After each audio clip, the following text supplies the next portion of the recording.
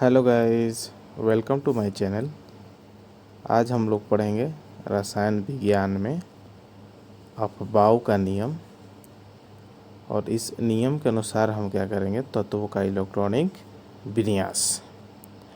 हमने बोर-ब्यूरी के अनुसार से इलेक्ट्रॉनिक विन्यास पढ़ लिया है, तो आज हम लोग पढ़ेंगे अपबाव के नियम के अनुसार से तत्वों के इलेक्ट्रॉनिक विन्यास। तो जो चैनल में नए हैं, चैनल को सब्सक्राइब ज़रूर कीजिए और दोस्तों के साथ ज़्यादा से ज़्यादा शेयर कीजिए। और इसको हम पढ़ते हैं, अपबाव का नियम क्या होता है और कैसे इसको जानते हैं। ठीक है, तो ऐसे मैंने एक फिगर लिया है, आपने कभी देखा होगा ऐसा। ठीक है, तो इसको बनाने से पहले मैं आपको विद्युत तरीका से समझाता हूँ कि अपबाव का नियम क्या है। तो देखिए, अपबाव का जो नियम है,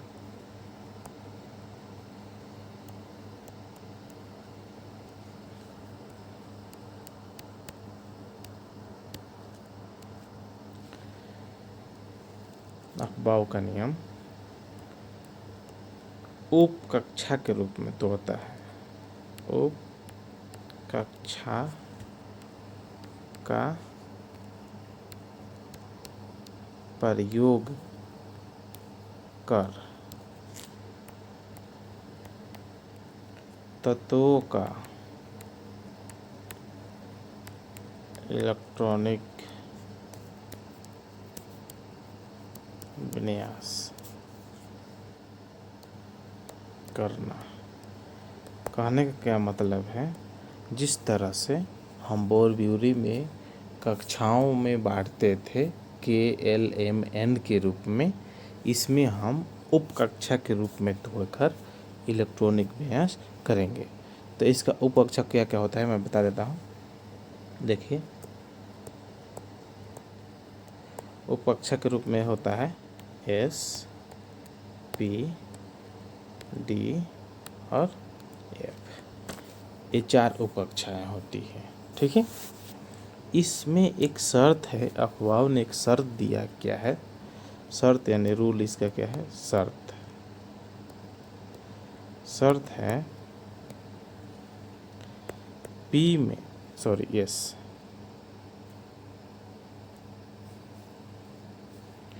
S में अधिकतम 2 इलेक्ट्रॉन, P में अधिकतम 6 इलेक्ट्रॉन, D में अधिकतम 10 इलेक्ट्रॉन, अधिकतम 10, F में अधिकतम 14 इलेक्ट्रॉन रख सकते हैं। अब कैसे रहेगा, तो ये पावर के रूप में रहेगा। कैसे लिखेगा भाई, देखिए दर्शाएंगे कैसे।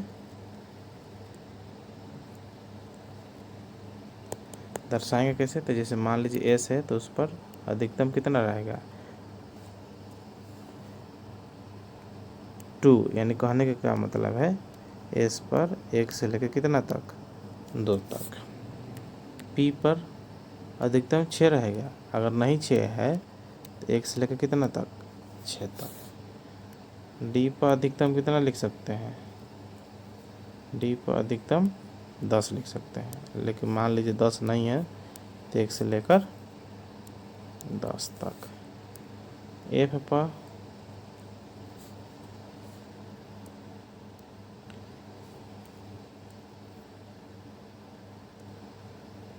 स्मॉल f, ओहो पेन काम नहीं कर रहा।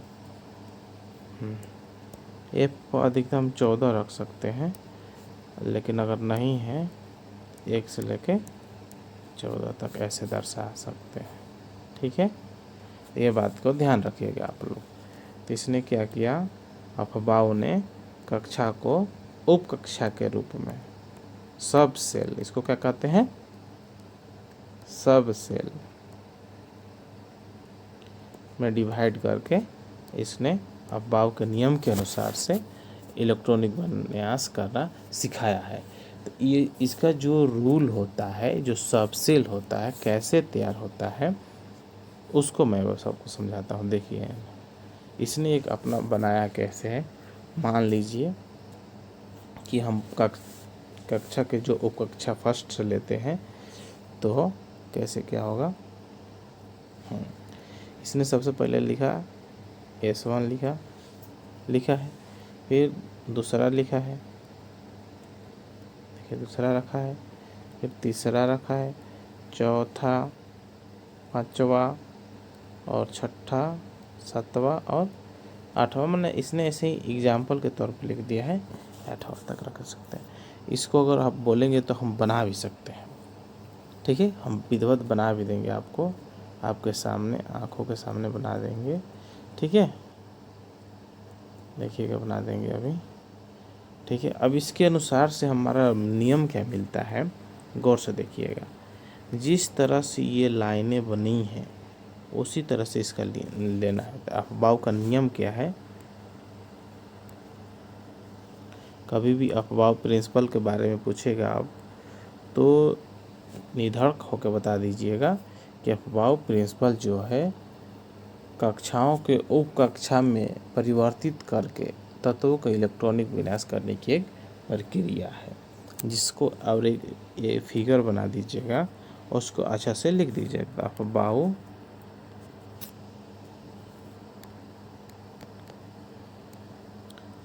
नियम। अफवाह नियम में देखेंगे क्या है, सबसे पहले क्या 1s यानी पहला उप कक्षा हुआ, फिर दूसरा में आया, देखिए दूसरे में क्या 2s। हाँ, अब यहाँ ध्यान दीजिएगा, बात क्या है, ये बढ़ते क्रम में जा रहा है, बढ़ते क्रम 1s, बढ़ते क्रम 2s, इसके बाद कहाँ जा रहा है 2p। तो ऐसे लिखने की कोई ज़रूरत नहीं है, कामा दे के ही लिखते जाइए, सबसे बेस्ट है 1s। इसके बाद कौन आ रहा है, उसी लाइन में काटते हुए 2s, उसके बाद 2p, जैसे जैसे लाइन घूम रहा है वैसे वैसे जा रहा है हम 3s के बाद 3p, 3p के बाद 4s के बाद देखिए 3d के पास गया है 3d के बाद आया है 4p के बाद आया है 5s के बाद 4d के बाद देखिए 5p के बाद आया है 6s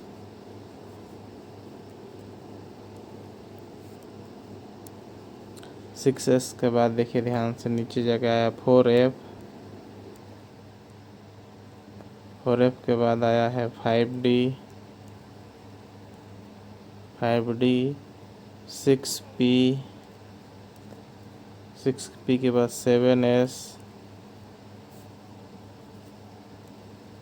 7s के बाद देखिए 5f आया है। इसी तरह से आगे हम 8s तक जा सकते हैं। यही हमारा जो नियम है, इसी का हम प्रयोग करेंगे। ये जो है ना लिखे हैं ना हमने, इसी का हम प्रयोग करेंगे, ध्यान दीजिएगा कभी भी। यही हमारा क्या है, नियम है, इसको ध्यान दीजिएगा। अगर जिनको फिगर बनाने आ जाएगा ना, ये फिगर बना देंगे, इसके बाद ये लिख लेंगे, खुद ब खुद लिख लेंगे, ठीक है ना। ओके, इसको ध्यान रखिएगा। कैसे फिगर एक बना लीजिएगा, इसको कॉपी में अच्छा से है, और इसके बाद इसको नीचे लिख लीजिएगा कि 1s के बाद 2s आएगा, 2s के बाद 2p, 3s, 3p, 4s, 3d, 4p, 5s, 4d, 5p, 6s, 4f, 5d, 6p, 7s, 5f। यानी जैसे जैसे ये लाइन घुमा है, ध्यान से देखिएगा, मैं घुमा रहा हूँ, जैसे जैसे ये लाइन घुमा है, ध्यान से देखिएगा, जैसे जैसे ये लाइन घूम रहा है ना, वैसे वैसे हमारा नियम मिलता आ रहा है, ध्यान से देखिएगा।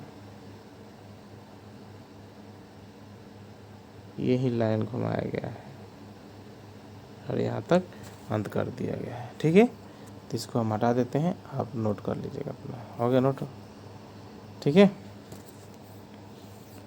ओके। चलिए ठीक है, इसको हम अब प्रयोग कैसे करेंगे ये सीखते हैं, ध्यान से देखिएगा। चलिए हम प्रयोग कैसे करेंगे।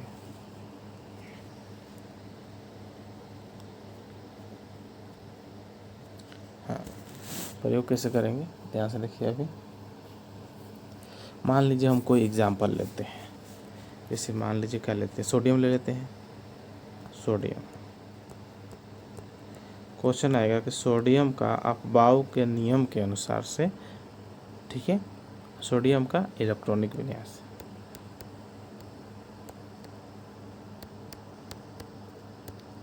इलेक्ट्रॉनिक विन्यास, तो देखिए अब केवल इलेक्ट्रॉनिक विन्यास लिख दिया तो सिर्फ आपको बोर-ब्यूरी के अनुसार से लिखना है। अगर कह देगा अफबाउ के नियम के अनुसार से, अफबाउ के नियम के अनुसार से निकालने को बोल दे तो आपको अफबाउ के नियम से निकालना है, नहीं तो छूटा खाली इलेक्ट्रॉनिक विन्यास कह देगा तो कुछ नहीं करना है आपको। सोडियम, तो सोडियम का संकेत क्या होता है, Na, Z बराबर 11, तो क्या निकालना है, इलेक्ट्रॉनिक विन्यास को क्या कहते हैं, EC। तो इनकी पहला कक्षा में 2, दूसरा में 8 और तीसरा में 1, ये निकल गया। ये सी कौन स्कीम है, बोर ब्यूरी, ये बोर ब्यूरी थे, कौन सूत्र था, 2n स्क्वायर के सूत्र था, इसके अनुसार से निकल गया, ठीक है। लेकिन अभी हम आपको बता देते हैं, अगर बोल दे, क्या बोल दे आपको,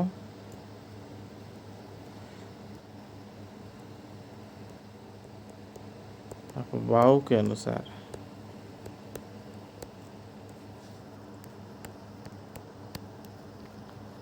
सोडियम का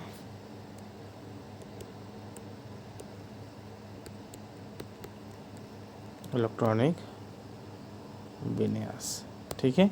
तो अब कुछ नहीं करना है, सबसे पहले सोडियम लिखिए, परमाणु संख्या 11, कोई बात नहीं, हमने नियम पढ़ा है, क्या पढ़ा था, अफबाउ के नियम से अनुसार से जाइए। अब हमको क्या निकालना है, इलेक्ट्रॉनिक विन्यास, क्या निकाल रहे हैं, इलेक्ट्रॉनिक विन्यास निकाल रहे हैं कि अफबाउ के नियम से इलेक्ट्रॉनिक, इसी निकाल रहे हैं, ठीक है, इसी निकाल रहे हैं इसका। तो हमने क्या पढ़ा, 1s पर अधिकतम कितना रख सकते हैं, 2, क्योंकि 11 है तो 2 रख ही सकते हैं, जो ये रखा जाए यही इलेक्ट्रॉन रखा है। फिर 2s, इस पर भी 2, 2p6। अब ध्यान से देखिएगा, अब ध्यान से देखिए, ध्यान से देखना क्या है, ध्यान से देखने का मतलब क्या है कि देखिए ये जो दिखा रहा है फर्स्ट में जो लग रहा है ये कक्षा दिखा रहा है, जो उसका उप कक्षा है, यानी कि पहला कक्षा, ये दूसरा उप कक्षा में, देखिए अब ध्यान से देखिएगा, पहला में एक ही उप कक्षा होता है और दूसरा में 2 होता है उप कक्षा, S और P, तीसरा में 3 होता है SP, D, चौथा में 4 होता है SP, D, F, ऐसे डिवाइड होते जाता है। तो देखिए ध्यान से, इसमें आता है नियम का 1s, 2s, 2p।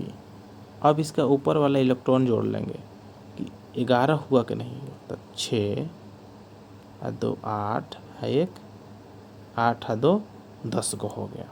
और कौन बचा है, अब एक और कौन बचा, तो 2p के बाद आता है 3s, तो 3s पर कितना रहेगा, 1। ध्यान दीजिएगा बात को, यही जो बात हमारा ये अफबाउ के नियम अनुसार से हुआ, समझिएगा एक बार, समझिए गौर से कि हमने पहले पढ़ाया भी था आपको, देखिए पीछे, देखिए यहाँ से ध्यान दीजिएगा कि 1s, 2s, 2p, 3s, 3p, 4s, 3d, 4p, 5s, 4d, 5p, 6s, 4f, 5d, 6p, 7s, 5f, ऐसे ही बढ़ते जा रहा है, जैसे जैसे लाइन घूम रहा है वैसे वैसे बढ़ते जा रहा है। तो उसी अनुसार से हम इसको बढ़ाते गए हैं, ठीक है। पहले रखा 1s, उस पर कितना अधिकतम रख सकते हैं, 2, क्योंकि 11 इलेक्ट्रॉन है तो 2 रख ही सकते हैं। फिर आता है 2p, ऐसे सॉरी 2s, तो 2s पर भी कितना रखे हैं, 2। फिर आता है 2p, तो 6 रख सकते हैं। अब जोड़ लिया हमने, 6 और 2 8 और 2 10, और कितना बचा, 1।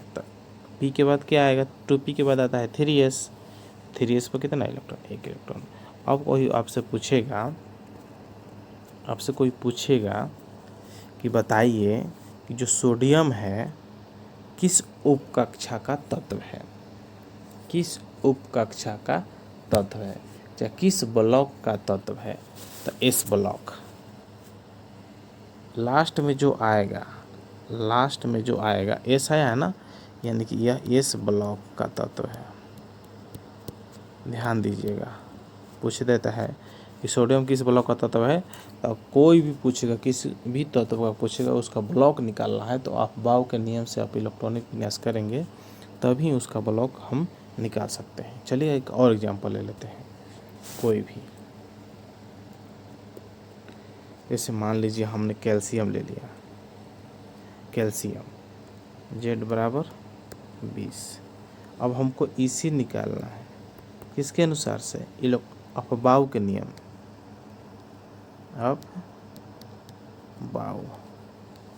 अपबाउ के अनुसार से इसी निकालेंगे। तो हम जानते हैं कि वो क्या आता है 1s 2s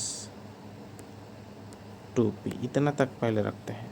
तो s पर कितना रख सकते हैं 2, s पर 2, p पर 6, तो 6 2 8 2 10, अभी और रख सकते हैं। आगे आता है 3s, इस पर कितना 2, इसके बाद क्या आता है 3p, क्या आता है 3p, तो इस पर भी कितना रख सकते हैं 6। तो अब जोड़ लेंगे, ज़्यादा ना हो जाए कहीं, ठीक है, जोड़ेंगे ध्यान से देखिए, 2 2 4 6 10 10 2 12 6 18 हो गया, ठीक है। अब देखिए p के बाद क्या आता है, 3p के बाद आता है 4s, 3p के बाद क्या आता है 4s, इस पर कितना रखा जाएगा 2, क्या रखा गया 2 रखा गया, ठीक है। अब यही इसका अपबाउ के नियम अनुसार से हो गया। अब कोई पूछ दे आपसे कि जो कैल्शियम है, कैल्शियम एस ब्लॉक का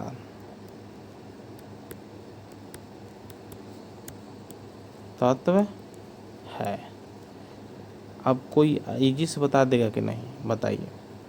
अगर लास्ट में जो, कैसे पता चला कि यह एस ब्लॉक का है, कि लास्ट में क्या आ रहा है एस आ रहा है, इसलिए कौन सा ब्लॉक है, कैल्शियम किस ब्लॉक का तत्व है, तो एस ब्लॉक का तत्व है। याद रहेगा सभी को, कैल्शियम किस ब्लॉक का तत्व है, तो एस ब्लॉक का तत्व है, ठीक है। और अपबाउ के नियम से अनुसार से देखिए ये हो गया, ये इलेक्ट्रॉनिक विन्यास हो गया, ठीक है। और देखिए एक और रोचक चीज़ आपको सिखाता हूँ मैं, आपकी जानकारी के लिए मैं बता दूँ। जैसे मान लीजिए हम लेते हैं एल्युमिनियम, एल्युमिनियम Z बराबर 13, ठीक है। पहले हम निकालते हैं इसी अपबाउ के नियम से अनुसार से, इसी को हम चेंज कर देंगे, देखिएगा बोरब्यूरी में कैसे 1s 2 2s 2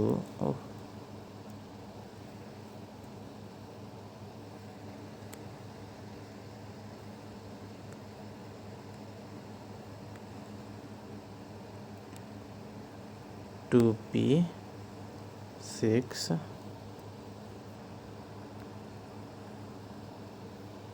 2p 6, तो 6 4 10 हो गया है।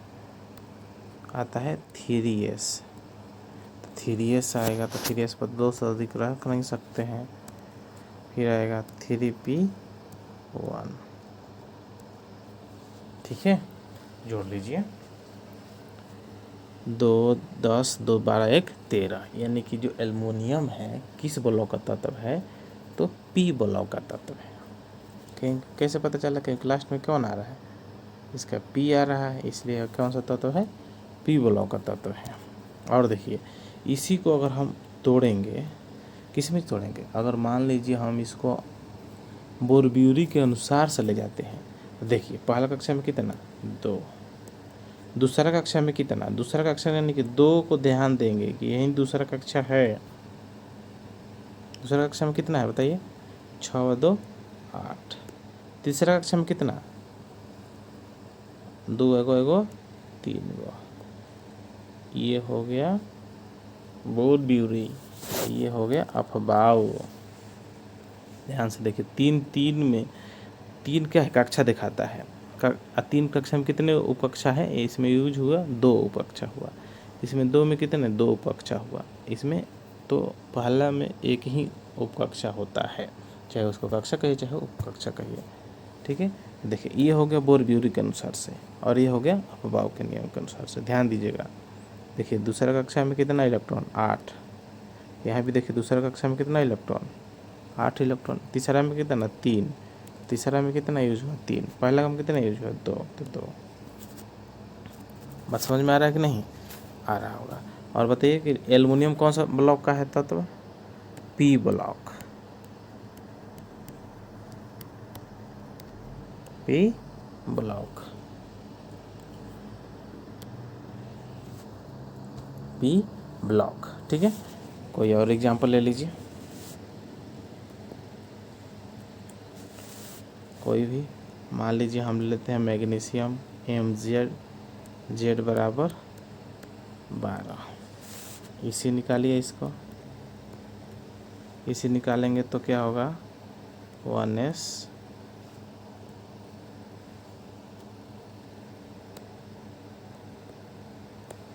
2